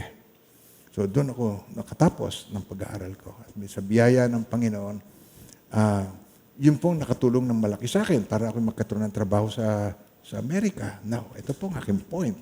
Mga minamahal ng Panginoon. Hindi sa laki ng kinikita, kundi sa paraan ng paggasta. At natutunan ko yun, pati yung ugali ko noon, pati sa Amerika, ganun kami, nagsisave kami. Kaya ito ang problem po natin in saving.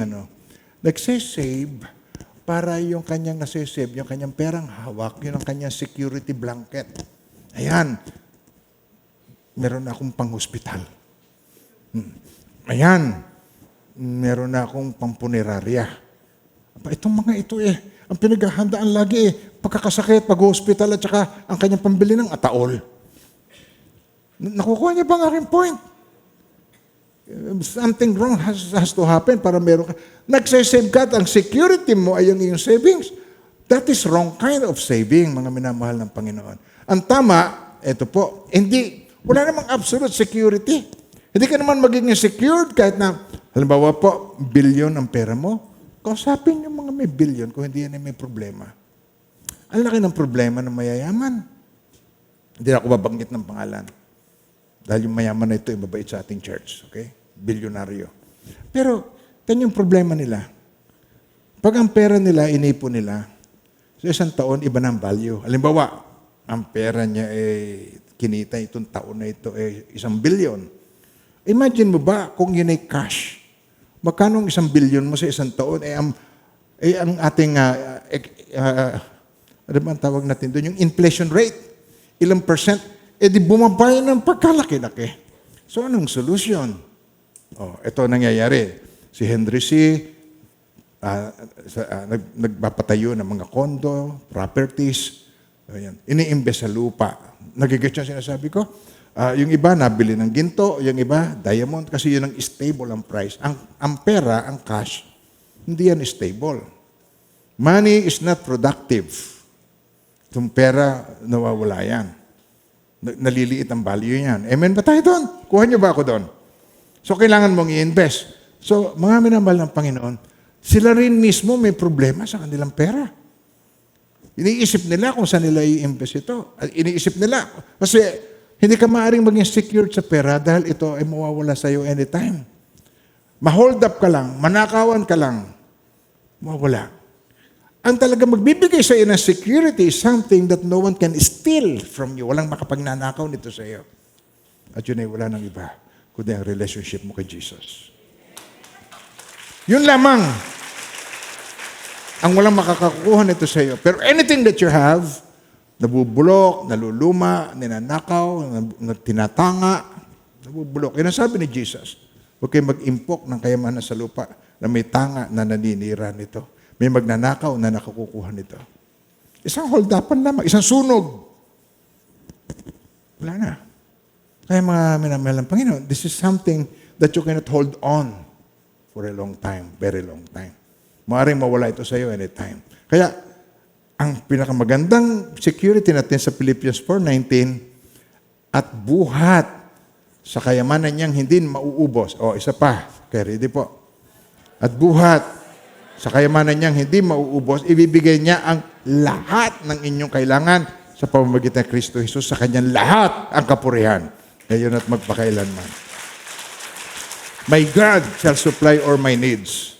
Now, ito po ang security ng mga Christians. And there's two ways to handle your money and save it.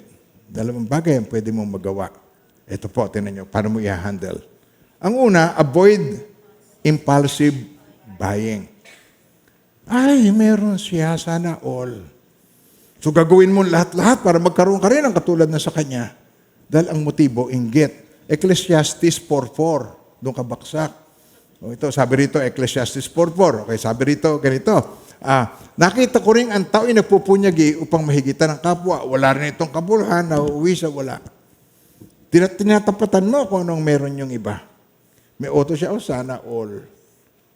May iPhone siya. Gusto ko rin ng iPhone. Ano yun? May Samsung mo. Bebenta ko. Bibili ako ng iPhone. Okay. Pag bibili ka ng iPhone, sa akin ka na bumili. Ayoko ng iPhone. Okay.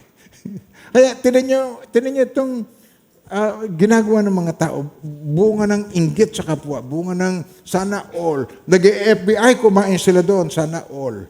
Kaya mga minamahal ng Panginoon, itong pamamaraan na dapat nating matutunan. Save now, buy later. Okay, yan. Hindi ka impulsive, hindi yung uutang ka, no?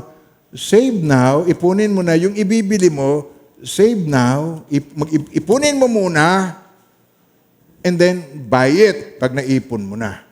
Kung bilihin mo ngayon, if you buy now and then pay later, mas mahal. Kasi may interest sa credit card, may interest. Tama ba ako? Nag-agree ba kayo sa akin? Pero if you save now, and then you buy later, ipunin mo muna na magkaroon ka ng mga 350,000, o magkaroon ka muna ng 500,000, para makabili ka ng kotse, walang interest, mas mura mong mabibili. At ako, nagiging ugali ko, binibili ko used car. Ay yung used car, depreciated na. Yung brand yung kotse, bago mo makarating sa garahe mo, sa bahay mo, na-depreciate na ito ng mga 20-30%. Bumaba na ang value. If you buy now and then pay later, may interest, it's more expensive. Hindi ka makasave. Avoid impulsive buying. Planado. Na minamahal ng Panginoon, isang katutak ang nare-repossess. Motorsiklo, mga sasakyan. Puro alikabok yan sa parking lot. Dahil they buy now and they pay later and then they cannot afford it. Naririmata. Amen po ba tayo doon? Nag-agree ba kayo sa akin? Ito pong problema. Pagkahawak ng pera, waldas agad, walang natitira. Tandaan nyo yan, okay? Ready? Sabihin nyo yan. Hindi, yung medyo may bigat ang salita. Okay, sige. Okay, ready, okay. Waldas agad, walang natitira. Yan. Yun yung katumbas ng ubus-ubus biyaya, may wala. Sa Proverbs 21:20, tinan ninyo.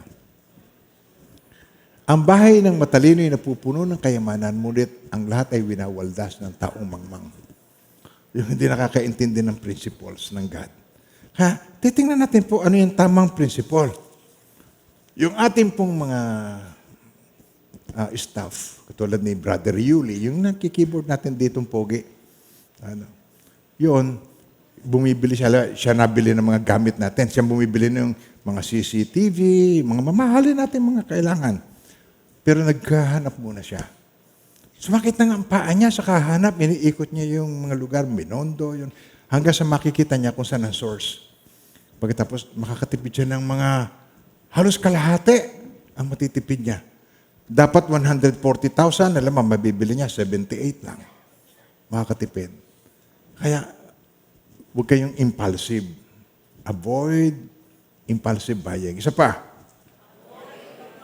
Paghawak sa pera, baldas agad, walang natitira. Avoid impulsive buying. Amen. Amen ba tayo doon? Amen. Okay. So ito, ang pangalawa, start your planned spending. Ibig sabihin ito, budgeting ito. So paano ang gagawin natin dito? Tuturuan ko kayo ng 10-10-80 principle. Okay. 10-10. 10-10-80. Sabihin nyo yun?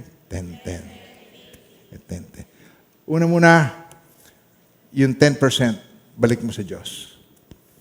Ito ang may kinalaman dito sa Deuteronomy chapter 14, verse 23. Sabi rito, ang ikapo ng inyong ani, alak, langis, ang panganay ng inyong mga hayop, ay doon ninyo kakanin sa lugar na pipiliin ni Yahweh upang matuto kayong matakot sa Kanya. Upang matuto kayong matakot sa Kanya. Isa pa. Okay, amen po. Ito ay paraan ng Diyos. Pag ikaw ay nagsimulang sinunod mo itong kanyang pamamaraan kung paano mag-handle ng ating finances, matututo tayo ng budgeting.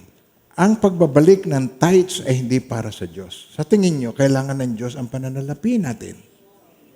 Ang pananalapi, yung galing sa amin, kailangan ba ng Diyos yun? Kung hindi man kami, merong iba na i-bless si Lord. Hindi. Ang pagta-tithes ay para sa atin mismo.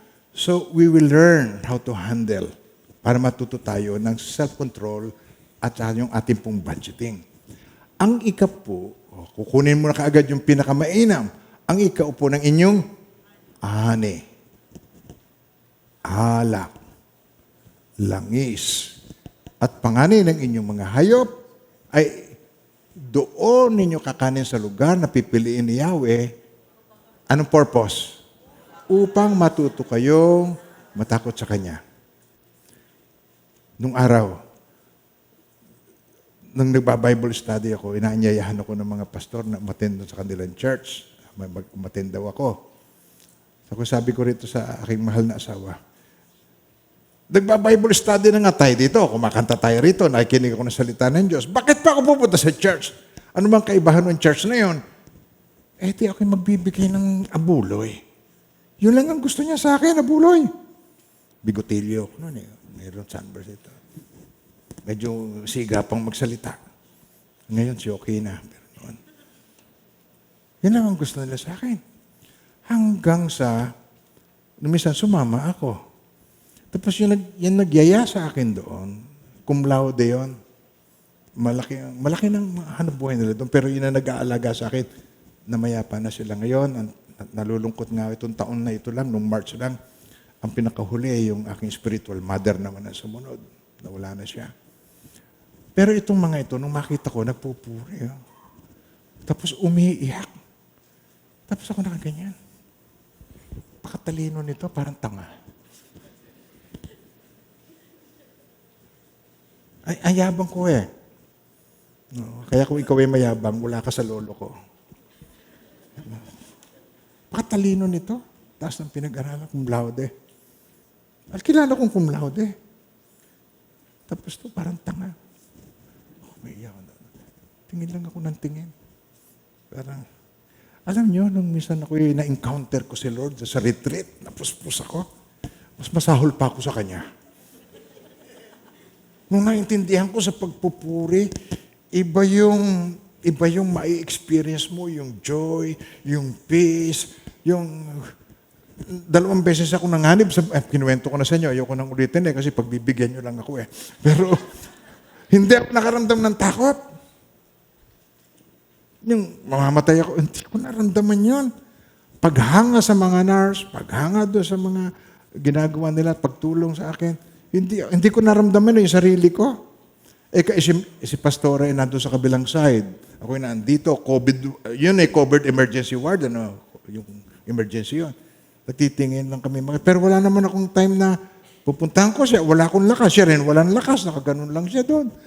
Pero sa ganung pagkakataon, ako ang tinitingnan ko yung kabutihan ng Diyos sa buhay ng mga nurse na inaasikaso. Hindi nila kaano-ano sa isang dangerous na sakit na katulad ng COVID. Humahanga ako sa kabutihan ng Diyos. At eto, patutoo ko sa kabutihan ng Diyos. Mga minamahal ng Panginoon, hindi natin kayang i-fathom ang kabutihan ng Diyos po. Mahal na mahal niya tayo. At sukdulan na sa cross. Ganito kita kamahal. Mas gugustuhin ko pang maranasan ng kamatayan kaysa ako'y nabubuhay ng eternal nang hindi kita kasama. Ganyan niya tayo kamahal. Ganyan ka kamahal ng Diyos. Sabihin mo sa katabi mo, ganyan ako kamahal ng Diyos. Ay, masisisi mo ba ako kung para akong luka-luka, para akong sira, na nagpupurit, umiiyak? Hindi mo ako masisisi. Alam niyo ba? Ang mga mananampalataya ng Diyos ay abnormal. Above normal. Ako normal na normal Bira. Napakatalino, parang sira. Normal na normal ako Kaya ako ikay ganyan ang tingin mo sa akin. Normal ka. Pero kung ikay nagpupuri na rin, pareho kita.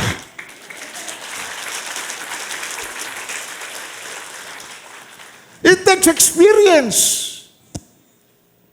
para makilala mo siya. Para maunawaan mo yung sinasabi ko. At ikwento ko na ikwento sa iyo. It takes experience. Tinatanggihan mo, hindi mo pa natitikman. Tikman mo muna. At sinisiguro ko sa iyo, masisiyahan ka. Amen. So, ito po. Pastor, ang text po sa Old Testament. Matthew 23, verse 23. Okay, tinan niyo po. Sabi niya rito ay ganito. Woe to you, scribes and Pharisees, hypocrites! For you pay tithes. Nagtatides ka of mint and anise and cumin, and have neglected the weightier matters of the law, justice and mercy and faith. This you ought to have done. Sabi niyo yun. This you ought to have done without leaving the others undone. O sa Tagalog, tinan niyo po. Kahabag-habag kayo, mga eskriba at mga pariseo, mga religyoso, mga mapagkunwari, sapagkat nag-iika po kayo ng yerba buena, ng anis, ng kamino, at inyong mga pinababayaan ng higit na mahalagang bagay ng kautusan. Ang katarungan, ang habag, at ang pananampalataya. Subalit dapat sana ninyong gawin ang mga ito nang hindi pinababayaan ng iba. Ulitin yung word na yun. Subalit, okay, ready? Okay, read. Nang hindi pinababayaan yung iba. Sa kanyang lahat ng kapurihan. Amen po. And now, 10-10-80, di pupunta na ngayon tayo dito sa 80%. So yung 80% na natira, paano mo babudgetin ngayon? So binigay mo na yung 10, edi meron kang 90%. So yung 90% na ito, matuto kang isave mo ito, matuto kang mag-tithe. So natutunan mo na yun. So babudgetin mo ngayon to, at paano mo babudgetin yung natira? Matapos mong alisin yung 10% mo, meron kang 90. Ito, actually, ang dapat dito, diretso ka agad sa yung pondo. Kaya, titingnan mo yung listahan mo, meron kang fixed expenses. Ano yung mga fixed expenses mo? Rent. Kung kayo nagre-rent sa apartment, halimbawa 3,000, 3,500, yan ang mga rent, hanggang 5,000 o 6 kung maganda ang iyong apartment. So, kukunin mo kagad yun, lalagay mo na doon. Amen po.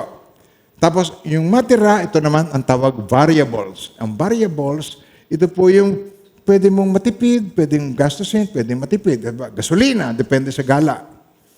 Ang gasolina, pwede. Ngayon, kuryente, bawas TV, bawas nood ng mga Batang Quiapo, bawas na yan. Para matitipid mo yan. Bawas gala, bawas kain sa mga fast food, umiwas kayo doon sa mga pagkain makakasama po sa inyo. Amen po ba tayo doon? So, eto. Now, allocate money for emergency fund. So, ginagawa ko, nagse-separate kami niyan ng emergency fund. Pag meron pong nangailangang kamag-anak, pag may nangangailangang staff, may nangangailangang mga kapatiran, well, Sinisikap po namin na at least makaipon kami. May maipantulong kami sa mga nangangailangan. Kaya, kamag-anak, mga nangangailangan, pambili ng gamot, walang pambili ng gamot, ubos ng biyaya. Ito, true story. Tignan niyo po ito. Kung hindi mo talagang hahampasin mo ng bote sa ulo ng drinking water. Mga anak ito, di tutulungan namin sa pag-anak. Dadalhin namin, tutulungan. Wala man lang lampen. Wala man lang bulak. Walang bulak. Walang lampen. Lahat na lang ng inuubos sa... parang, ako ba'y kasama sa plano nyo ng ginawa niyang batang yan? At ako pagagastusin ninyo ng ganyan. Wala ka na magagawa. Dahil yung irresponsibility ng magulang, hindi ko pwedeng ipataw doon sa bata. Nagigis naman sinasabi ko, tutulungan mo na lang, pero hindi maganda sa kalooban mo na isang irresponsible, yung kanyang irresponsibility mo, ibe-bail out ko siya, ako magbabayad ng kanyang irresponsibility. Gusto niyo ba yan? Nagbabayad kayo ng irresponsibility? Utang ng patubuan. Pagkatapos ng malaki na, ikaw magbabayad. Gusto mo ba yung ganon? Nagkakamali po kayo pag ginawa niyo yan. You're making a mistake. Yung irresponsibility, akuin mo. Hayaan mo siyang managutan niya ang irresponsibility niya. Pero pag buhay at kamatayan, hindi ko po talaga matitiis. Amen po ba, mga minamahal na Panginoon? Now, so matututo ka kapag natuto ka ng tithes, natuto ka ng pag-allocate ng pera mo dito, ngayon, maiintindihan mo na ngayon ang budgeting. Marunong ka na ng budgeting. Now ngayon, kukuha agad ng 10% sa natira. I-save mo yan. Yun ang savings mo. Huwag sa paluwagan. Pastor, for savings ang paluwagan. Ano ka? Palabunutan yun. Hindi ikaw ang una, ikaw ang huli. Nung huli, nasa gasaan yung naghahawak. Ang pera na wala. Kanina mo kukunin ngayon yun? Hello? Tayo po ba'y nakakaintindihan? Ang perang hawak mo na, huwag mo nang ipagkatiwala sa iba. Pero kung ikaw naman, Pastor, ako yung gastador wala akong ingat maraming mga tao, yan ang problema niya, walang discipline. Pero ang fruit ng Spirit ay discipline. Tuturuan ka ng Panginoon. Ang marami sa inyo, to be honest with you guys, sa inyong lahat, marami po sa inyo, napaka-faithful and disciplined people. Amen po. Na mga minamahal ng Panginoon, sa Matthew 6, verse 19 to 20, sabi ni Jesus, huwag kayo mag-impok ng kayamanan dito sa lupa. Dito may naninirang tanga at kalawang na may makapapasok na magnanakaw. Sa halip, saan ka mag-iimpok? Sa halip, impokin ninyo ang kayamanan sa langit. Do'y walang naninirang tanga at kalawang at walang nakapapasok na Pastor, saan ako dadaan papunta doon para i-deposito ko sa langit? Di ba? So yung mga bagay na yan ay mga katwirang panlangit. Pagka ikaw ay mayroong mga katwirang panlangit, ang iyong pananaw ay eternal perspective, then you know what to do. Hindi mo na pipilosopuhin yan. Alam mo kung ano yung bagay na gagawin mo na makararating sa langit. Di ba sabi ni Jesus kanina, tatatandaan niyo? Mayaman siya, ganyan na sasapitin ng mga tao. Mayaman siya sa kanyang paningin, pero dukha naman siya sa paningin ng Diyos. Tatandaan niya yan. Gagawa ako ng malaking barn, tapos iinom, kakain, tapos sabi yung sarili ko, yan, set ka na. Pero sabi niya, hangal. Ngayong gabi, babawian ka ng buhay, kanino mapupunta ang inim. Ganyan daw ang sasapitin ng mga tao na nagtitipon para sa kanyang sarili, ngunit dukha naman sa paningin ng Diyos. Ganon ang gusto ng Lord na matutunan natin. Amen po. God, remember, God doesn't need your money, but He needs your heart. Ikaw ang kailangan mismo ng Diyos. Amen po. Manage natin ang mga pinagkatiwala sa atin, ang maluluwalhati ay ang Panginoon. At makikita natin, it works. Amen po. Kaya itong message natin na ito ay kailangan natin sa panahon ngayon na bumabaksak ang ekonomiya. Ang gera ng Israel at saka Palestino. Magmumura ang bilihin o magmamahal? Yes. Perdigana ang usapan. Alam niyo ba yung larong perdigana sa perdigana? Pinatay. Sabi niya, papatayin din. Perdigana, ubusan. Papatayin ulit. Tapos papatayin din sila.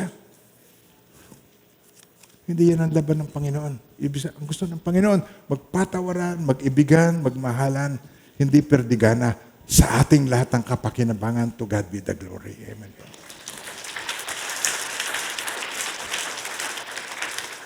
Sabitin nyo lang itong maiksing panalangin ito.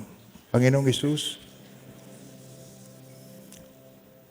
salamat sa iyong kabutihan at pag-ibig na walang kapantay. Binubuksan ko po ang aking puso para sa iyo ngayong oras na ito. Buong puso at kaluluwa, tinatanggap ko po kayo bilang aking Panginoon, tagapagligtas at hari. At maraming salamat po. Sa buhay na walang hanggan ay pinagkaloob niyo po sa akin. Salamat Lord, hindi mo ko iiwan, ipababayaan man. Ulitin niyo po yan. Salamat Lord, hindi mo ko iniiwan, ipinababayaan man. Kasama kita maging sa huling sandali. I love you, Lord, in Jesus' name. Amen. Hindi ko alam ang mga individual na pangangailangan. Kayo po nakakaalam. Pero tanggapin po ninyo ng buong pananampalataya ang aking panalangin sa inyo. And now may the Lord God bless you and keep you. And may His face so shine upon each one of you and be gracious to you. His countenance be upon you and bring you peace. In the name of the Father, of the Son, of the Holy Spirit, in Jesus' mighty name. Oh, amen and amen.